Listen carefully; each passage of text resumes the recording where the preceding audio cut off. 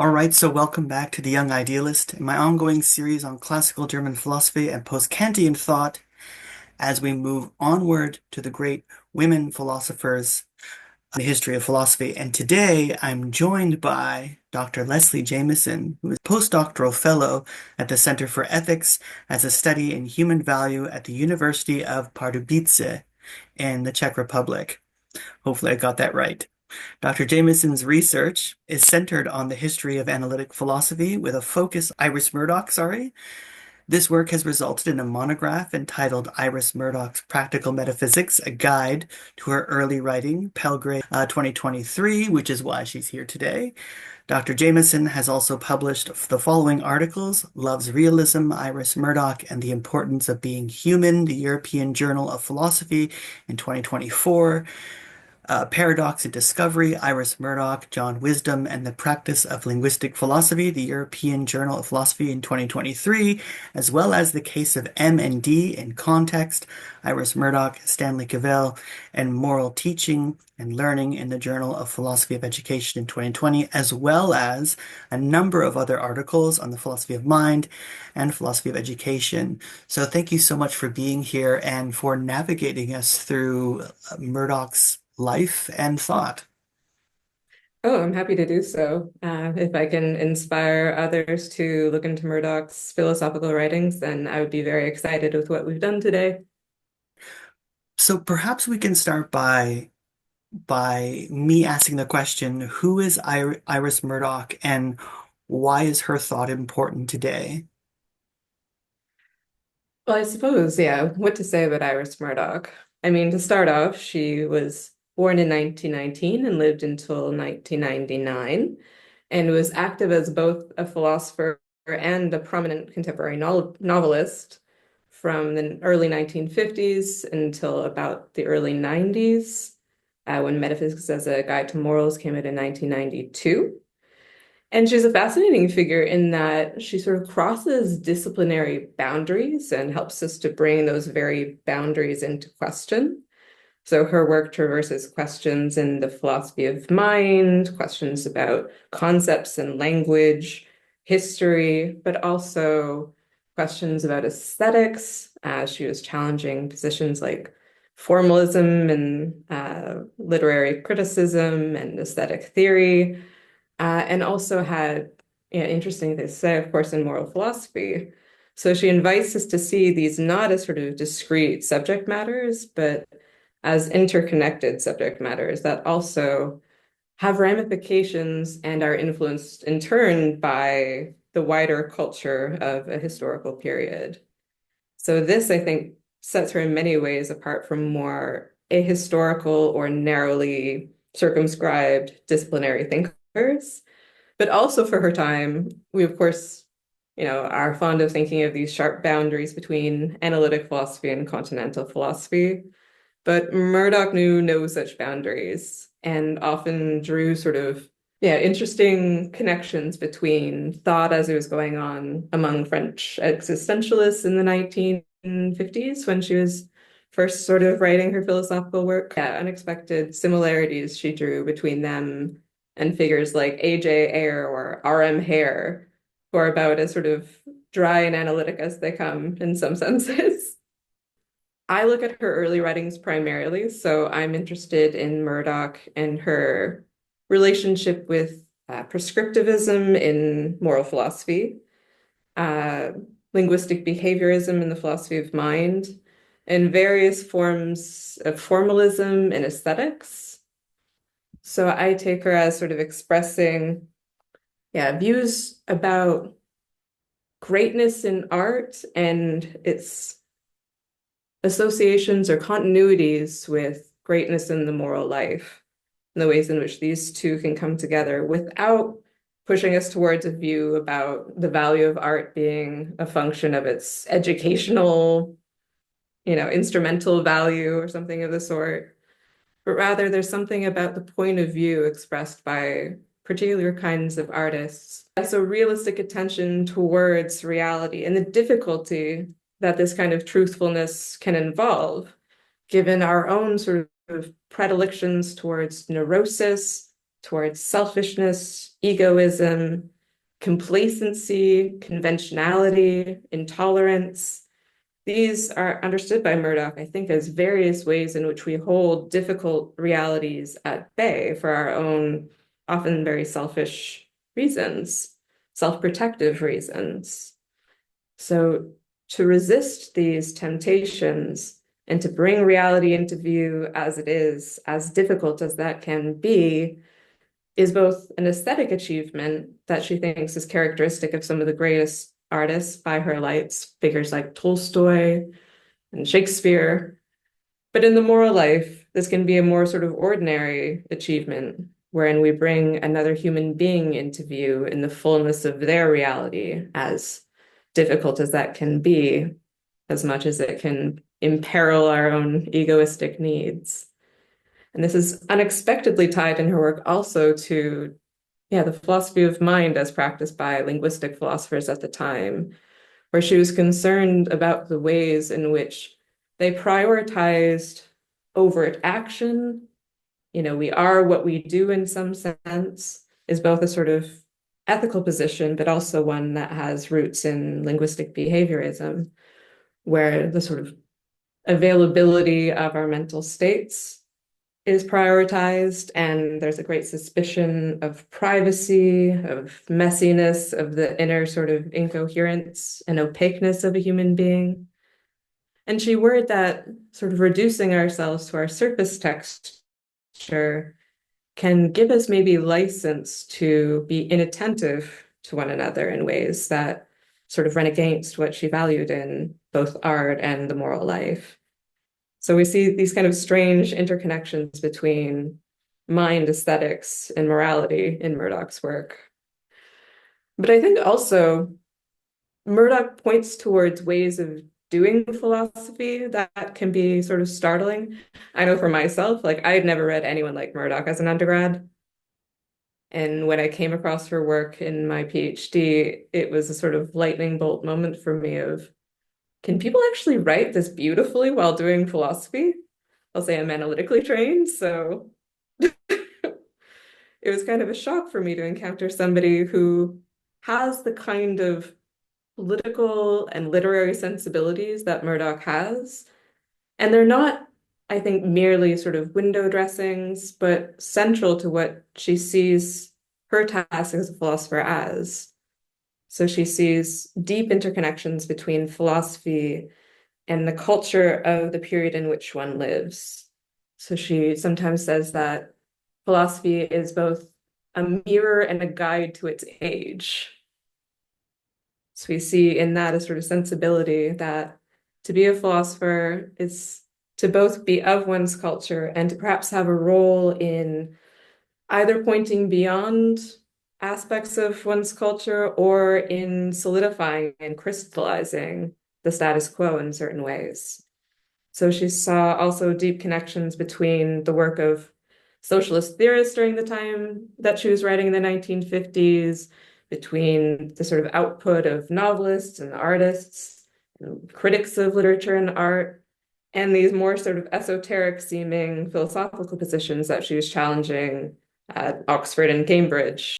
So for her, doing philosophy is sometimes intervening in the wider culture of one's period. She points to the ways in which, yeah, human beings are creatures who make pictures of themselves and then come to resemble those pictures. So there's a sort of warning in that, I think, as well as a hopeful note, perhaps. So I think for myself being, yeah, to practice as a philosopher, to have a sense of what philosophy can be and how it can both reflect and contribute to the wider culture that one lives in is, I think, both daunting, but also gives me a sense that I'm not just, a useless, ivory tower scholar sitting at some remove from the wider world. I think you did a really nice job of balancing out her life and I mean her philosophical thought throughout her life. And also kind of bringing in the tensions between, you talked about her aesthetics, you talked a little bit about morality all in there. Also talked about your own relationship as an analytic philosopher relating to her body of work, going, whoa, philosophers can write like this. I really like that. Do you think you could maybe, it doesn't have to be super exhaustive, or kind of outline the main events of her life, if that's possible? Yeah, of course. So she was born in 1919. Her mother was Irish Protestant, I believe, and she was born in Dublin, but they early on moved to London. Her father was a civil servant, so she was quite a sort of middle class person.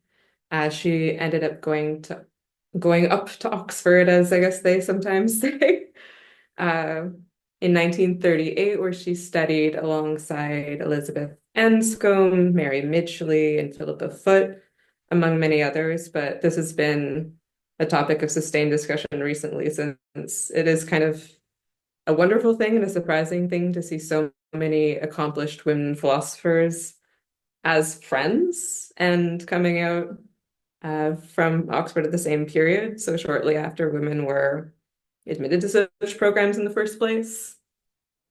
Um, During World War II, she was a student there at Oxford, but in London, where she worked at the Treasuries in Soho, she crossed paths with Dylan Thomas, Arthur Kessler, Elias Canetti, among others. She was transferred to the United Nations Relief and Rehabilitation Association, which worked with displaced persons after the war. And it was while she was located in Europe between Belgium and Austria that she crossed paths with Sartre for the first time, saw him speak, tracked him down, hung out at cafes. And she also formed a friendship with the French novelist Raymond Queneau, which was very important to her. And they had a sort of intellectual exchange where he put across her path writings by Gabriel Marcel, as well as encouraging her to delve into psychoanalysis, which she was somewhat resistant to from a personal perspective. She says, I don't really want to go sit on that couch, but nonetheless, we can see that the theory deeply informed her subsequent work. She began her professional literary career in the 1950s, as well as finding a post at Oxford at St. Anne's College. Her first novel was published in 1954. It was called Under the Net. And then she subsequently rose to literary fame, publishing, I think, 26 novels over the course of her lifetime. And then, yeah, winning the Booker Prize for the Sea in 1978, I believe. She gave the Gifford Lectures in the 1980s, which were then published as Metaphysics as a Guide to Morals. And then she's also known for having become afflicted with Alzheimer's disease in the 1990s. So much of her later life involves discussions of her relationship with her husband and her, yeah, battles with Alzheimer's disease before her death in 1999, which is largely the subject of. There's a, biopic about Iris Murdoch, but most central to that film is her kind of late life experiences, which, as someone who's more excited about Murdoch's life and vibrancy, I think is a bit of a wasted opportunity. But of course, films can highlight different aspects of a life and people can derive value from these different things as well. So I'm not going to begrudge anyone for liking the film. So far, you've been doing a wonderful job. Sounds like a really, really interesting life. Lots of interlocutors discussing ideas with. I had a chance to look at your book. Um, and I noticed there was a lot of historical work in there as well. Actually, some of the chapters, one of the chapters on Kant, I actually totally wanted to look into. And there's also work on Sartre and behaviorism. I mean, very widespread text that you have here, which is fantastic. So maybe now we can move to Who were Iris Murdoch's main philosophical influences, and how do you think those influences get cashed out or fleshed out in her work? So, one of the interesting things about being a student at Oxford when she was during this wartime period is that it was a very different from usual Oxford in that many of the male students were recruited into the war efforts. So it was largely a student body comprised of women and conscientious objectors and those who, for other reasons, stayed behind, as well as the faculty was largely comprised of women, older scholars, and those with conscientious objections or other infirmities that kept them from participating in the war efforts in, more kind of frontline capacities, let's say. So as a result, she had a very different education than would have been common for the period. So rather than being swept up in some of the fervors of the time, which we might think of as like the logical positivism of someone like A.J. Ayer, so somebody who is very anti-metaphysical, wants to throw into the bin of history the British idealist tradition, which is full of metaphysical nonsense. In Language, Truth, and Logic, we see Ayer kind of just cherry picking quotes out of books by people like F.H. Bradley, just to say, what could this possibly mean? This has no empirical sense. Because as a verificationist, Ayer believed that for a sentence to be meaningful, it either has to be defining of a concept or have empirical sense in the sense that it either describes or predicts sensory experience.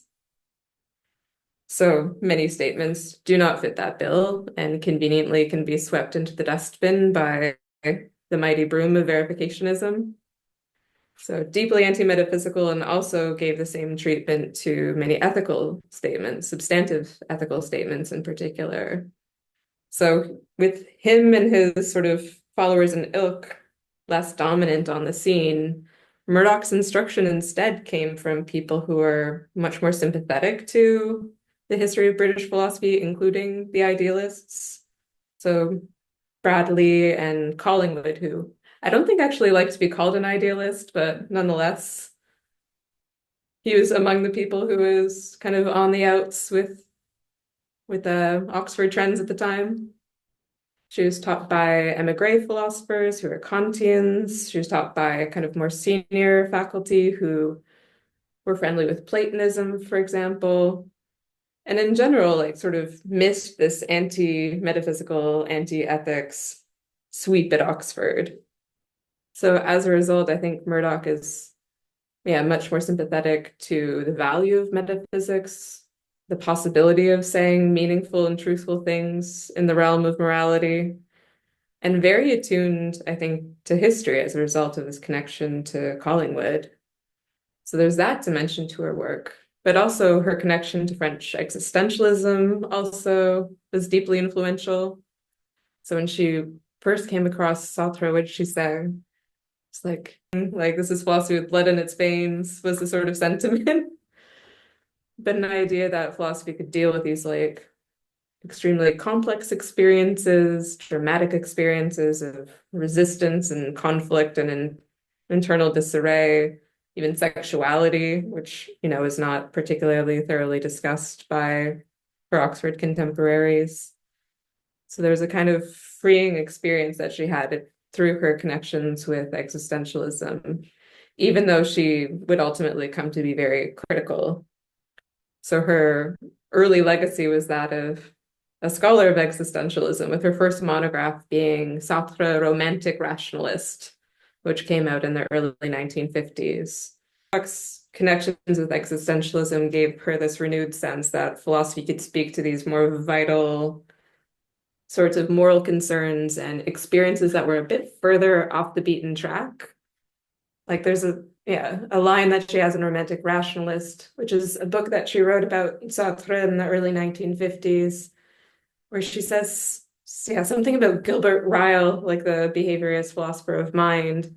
It's like this is a philosophy that is appropriate to, baking cakes and remembering our childhoods, but not to, deciding whether or not to join the resistance.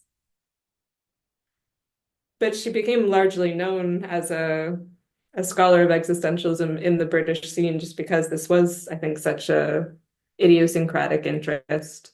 So she was brought on to do like talks for the BBC. She wrote this manuscript called, again, Romantic Rationalist on Jean-Paul Sartre's novels and philosophy.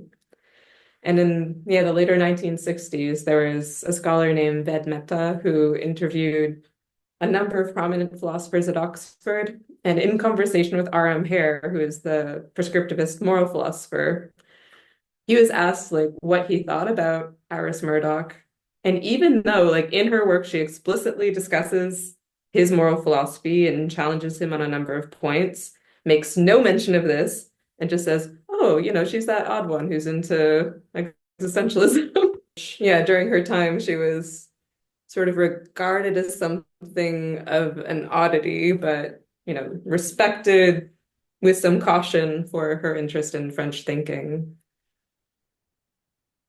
Your book deals with her practical metaphysics. What is practical metaphysics? Yeah, in a sense, I wanted to talk about the way in which Murdoch introduces what we might think of as metaphysical ideas about realities of the inner life, of other people, and moral realities. So these, realities about how the world is, are they things that can be defended by empiricist means or by logical means? How do we prove that things are thus and so? This doesn't seem to be what Murdoch is up to when she presents these ways of imagining ourselves and imagining the world that we inhabit. Instead, she seems to have a sense that implicit in some of our practices is an idea of what we and our world are like. So when we're engaged in these kinds of practices, it can seem kind of intuitively true. Like this seems to be something I know that I could, in principle, contemplate experiences that I've had or impressions that I've had, inner life experiences that are very particular and almost object-like. They can sustain my attention for prolonged periods of time. I can contemplate them. I can sort of try to tease out their meaning. This is the kind of thing that I think for a poet would be very familiar, but maybe for those who are less aesthetically inclined, might not cross one's mind. But when we engage in these kinds of practices, yeah, the idea that there's something real that I'm trying to do justice to that transcends me in some way is independent of what I'm presently thinking. Like my present formulation is inadequate to something, and it is this thing-like entity. So she's not giving us a proof that there are in the mind objects that have these properties, but when we reflect on what we actually do sometimes, then there's a sense in which what is it to doubt that there are such things? So this recurs as a structure throughout Murdoch's work. So the idea that, the inner life involves these particular private experiences, very kind of unacceptable by the lights of some linguistic behaviorists. Because again, this is motivated by often the idea that like our mental concepts are not names for these private entities that could not in principle be communicated to others. Instead, there's this push to overcome the privacy of mind by focusing on how we can speak our minds to one another, how we can manifest our mental states through our behavior. That I am angry, like, look at my clenched fists, there it is. So there's a lot of dispelling of the problem of the other minds going on that in a way sort of devalues and denies that there might still be a kind of remainder, that we still do have inner life experiences that are very much our own, are unique in some sense, and that we might sort of attend to and try to unpack the meaning of in some sense, as again, sort of poets and artists are more familiar with doing. So there's a kind of skeptical turn about the the reality of particular inner objects that Murdoch saw as failing to do justice to these particular kinds of experiences and practices. But moreover, there's a kind of danger of losing our foothold in these practices when we find ourselves enveloped in metaphysical pictures within which we can't make sense of them anymore. So we cease to believe that which, in some sense, we know. She puts it in a kind of paradoxical phrasing, but I think that's kind of telling. So we might cease to believe that which we know. So this comes back when we're thinking about our relationships to other human beings. So what kinds of metaphysical pictures might we be finding ourselves caught within that don't give us the sort of conceptual tools that we need to make sense of what it is to lovingly attend to another person and to recognize that I can't have them fully taped or figured out. They can endlessly surprise me. They are endlessly particular, such that, any sort of description is going to fail to fully do justice to this individual as they are. Like these are complacencies that can enter into our attitude towards others that can be sort of crystallized by a metaphysics. So in a sense, she's offering us ways of picturing other human beings that can foster and support practices like paying attention to other people as if they're real and independent from me, separate and other and different and valuable as such, rather than, congruent with how I happen to think about them, which might itself be infected by all sorts of self-serving fantasies. My jealousies might inform how I see other people, my prejudices, my biases. So it's, in a sense, very important to realize the difference between what I presently think about another person and who they really are. I think it's really important that there's still a lot of focus on metaphysics, but I also like this practical element of metaphysics that you're describing.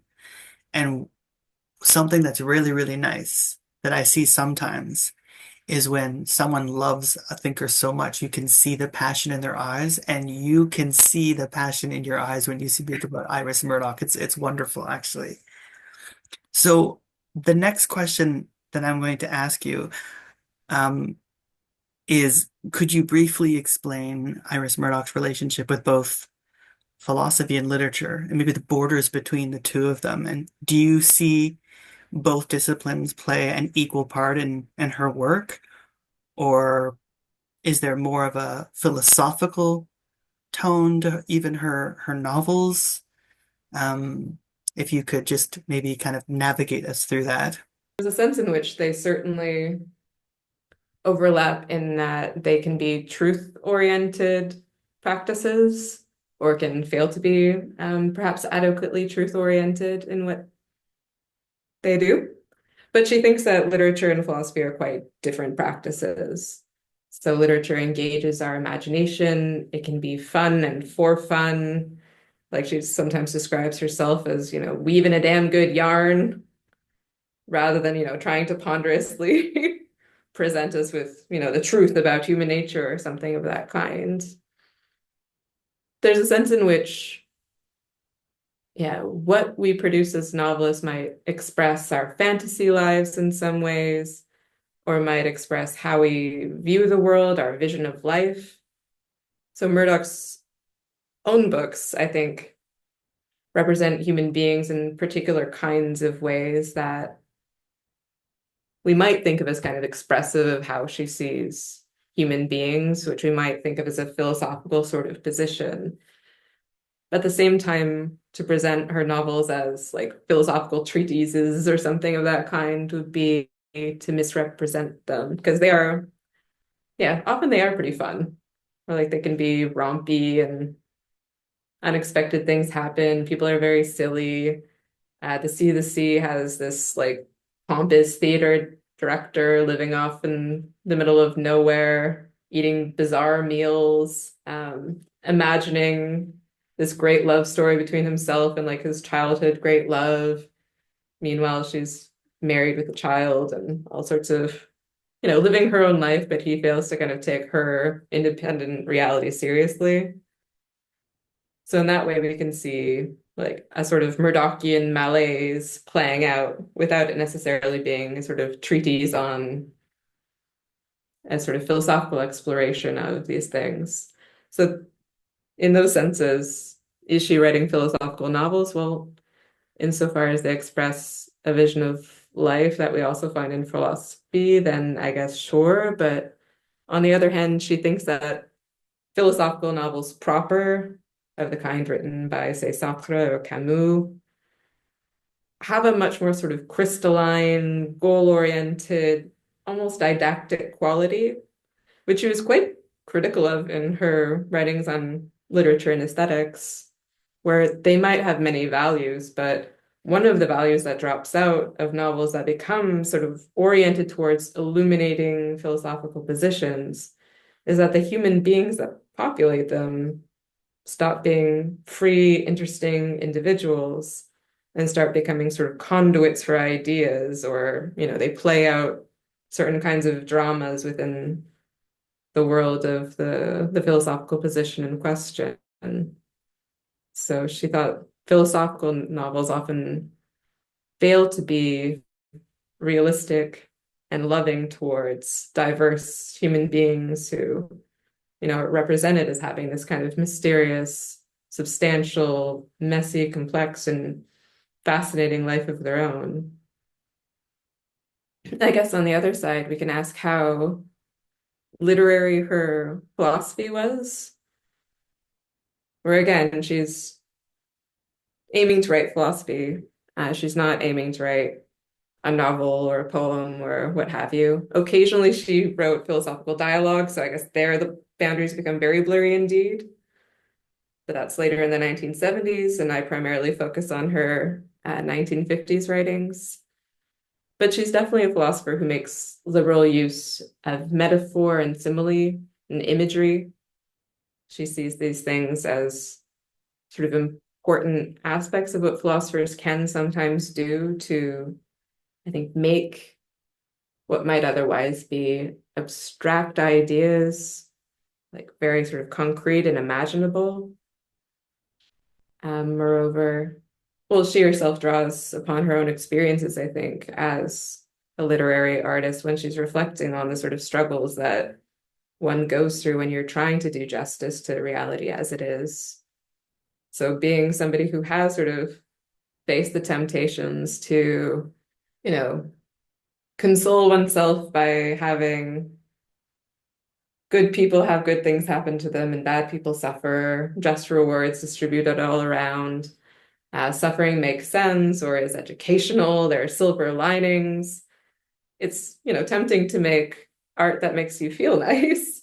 Temptations towards being sentimental.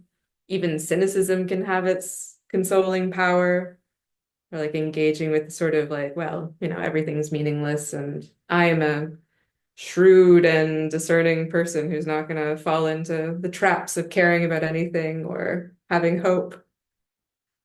So we can console ourselves in many ways and present caricatures of human beings in many ways and hold at bay the difficulties of actually grappling with reality in its many facets, the suddenness of death, the senselessness of suffering, and the difficulty of knowing people. If you can, maybe kind of flesh out this amazing project that you have that goes from that talks about ethics and morality and behaviorism and Kant and Sartre and everything and all together. Your book is wow. How did this project come to be? Well, I suppose, yeah, scholars of Murdoch have largely focused on the articles that came out in the Sovereignty of Good. So this was a collection that came out in 1970 and comprised of three essays: The Idea of Perfection, On God and Good, and The Sovereignty of Good over Other Concepts, which are beautiful and wonderful papers, and I love them, of course. And it makes sense that they would be such a central focus of scholarship since they were the ones that were actually published and have been available for the last 50 years. whereas many of her papers have been dispersed in strange sources, BBC talks, the Aristotelian Society, kind of literary journals, like they've been all over the place. So until 1997 or 8, when existentialists and mystics came out, many of her early writings weren't readily available to scholars. So as a result, there's been a sort of bent in scholarship focusing, on those central 1970s texts. And there's been a dearth of interest, or not dearth of interest, but there's been a sidelining, I think, of the earlier writings. And there's something kind of inaccessible about some of them as well, where like when I hear behaviorism, this doesn't sound like a lively and current position in the philosophy of mind that I need to see someone really stick it to. So there's something kind of inaccessible, I think, for a lot of people approaching many of her early writings. And for me as myself, that I had to kind of work through to fully understand what was going on in them. And there's a tendency often to read those early texts as well, kind of in the shadow of the sovereignty of good. So she has interesting early writings, again, on aesthetics, on Kant, on moral philosophy. There's vision and choice and morality, metaphysics and ethics, the sublime and the good, sublime and the beautiful revisited, and the sublime and the good. Like many great and interesting papers that are often sort of read as maybe footnotes or supplements to what later shows up in the sovereignty of good. And I worried that that didn't really do those papers justice. So while there might be strong continuities in her thinking, I thought it might be valuable to look at the other papers in sort of their own context and see them as in conversation in their sort of historical moment with figures of the time. So let's put Murdoch back into conversation with Eyre and Ryle about linguistic behaviorism. But then we can also see sort of interesting themes come out that will be resonant with her later work, but also maybe highlight aspects of it that we might overlook were we not attuned to the early writings. So in Nostalgia for the Particular, which is a Aristotelian Society talk from 1951, where she's discussing these questions of privacy in the inner life, we get these great moments where she's talking about like the idea of the inner particular object as a regulative idea, which ties into this idea of sort of practical metaphysics, I think. So that, like when I came across that and tried to understand what she might mean by it, like it really informed how I came to see Murdoch's approach to metaphysics more generally. So it was kind of like a keystone moment, or is that a phrase? A keystone moment or a Rosetta Stone, or it was some kind of stone and it was good. But like there's scholarship about the sovereignty of good that, delves into these questions of what kind of realist is Murdoch, like what kind of reality does the good have, and these sorts of ways of approaching her work. And I think when we read it in light of, these earlier discussions of, the particular real object and this idea of being a regulative idea, I think it sheds new light on how we can think about the idea of perfection, for example. So it was fascinating for me to see like her work, her subsequent work sort of cast in light of reading the former work. So paying attention to her interlocutors, the historical situation she was writing in, and the details of these earlier papers really, I thought, brought new aspects of her thinking to light for me. And I guess from a personal perspective, I was also fascinated by the fact that she'd been a card-carrying communist member or party member in the late 1930s and throughout the 1940s, and then became disenchanted, as many in the British left were in the 1950s. So she has a paper that she published towards the end of the 1930s in a collection alongside other sort of dissident socialists, uh, sort of critical of the Labour Party, but also frustrated with what we might think of as a kind of orthodox communist perspective. And there's Iris Murdoch talking about empiricism and limited conceptions of reality and what concepts can do to illuminate realities that otherwise we might not be able to make sense of. And it was, yeah, very interesting for me to sort of see the continuities between what she's doing in these very political conversations and what she was doing in her discussions of moral philosophy. So that was also super fascinating for me to delve into. Okay, so my last question for you. Hopefully, I didn't take too much of your time. No, no, this is great. I set it up so I had plenty. So, how important are ethics and morality to the work of Iris Murdoch?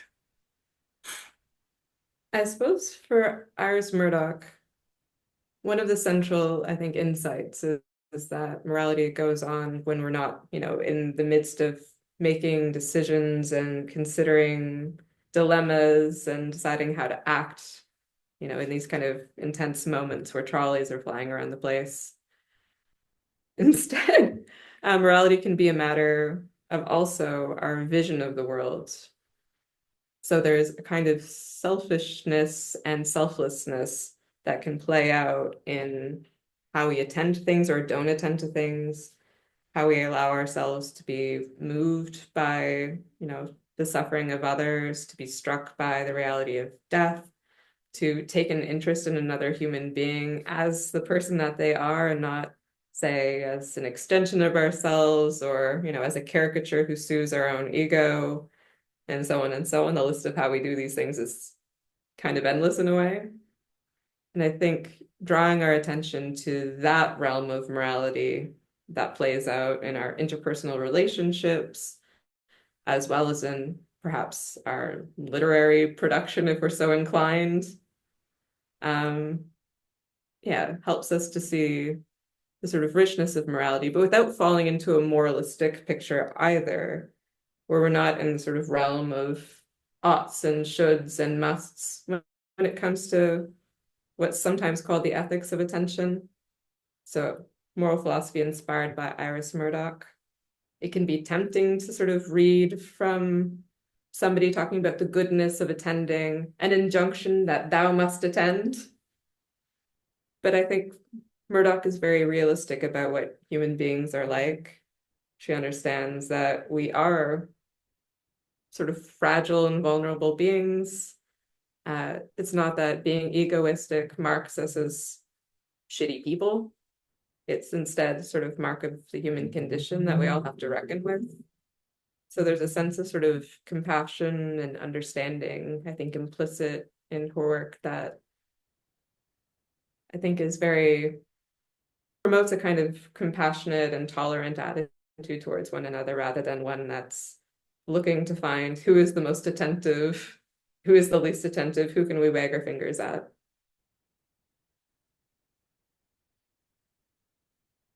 Well, I think you did an absolutely fantastic job of helping us and navigating us through this wonderfully complex thinker. And I can't thank you enough for being here and participating in the series and just sharing your passion on Iris Murdoch and your work, of course. No, thank you so much for having me. It's always a pleasure to talk about Murdoch. And I hope you'll stay around for 1 second after I hit the end button. I just want to tell you one quick thing. And so thank you again. Yeah, of course.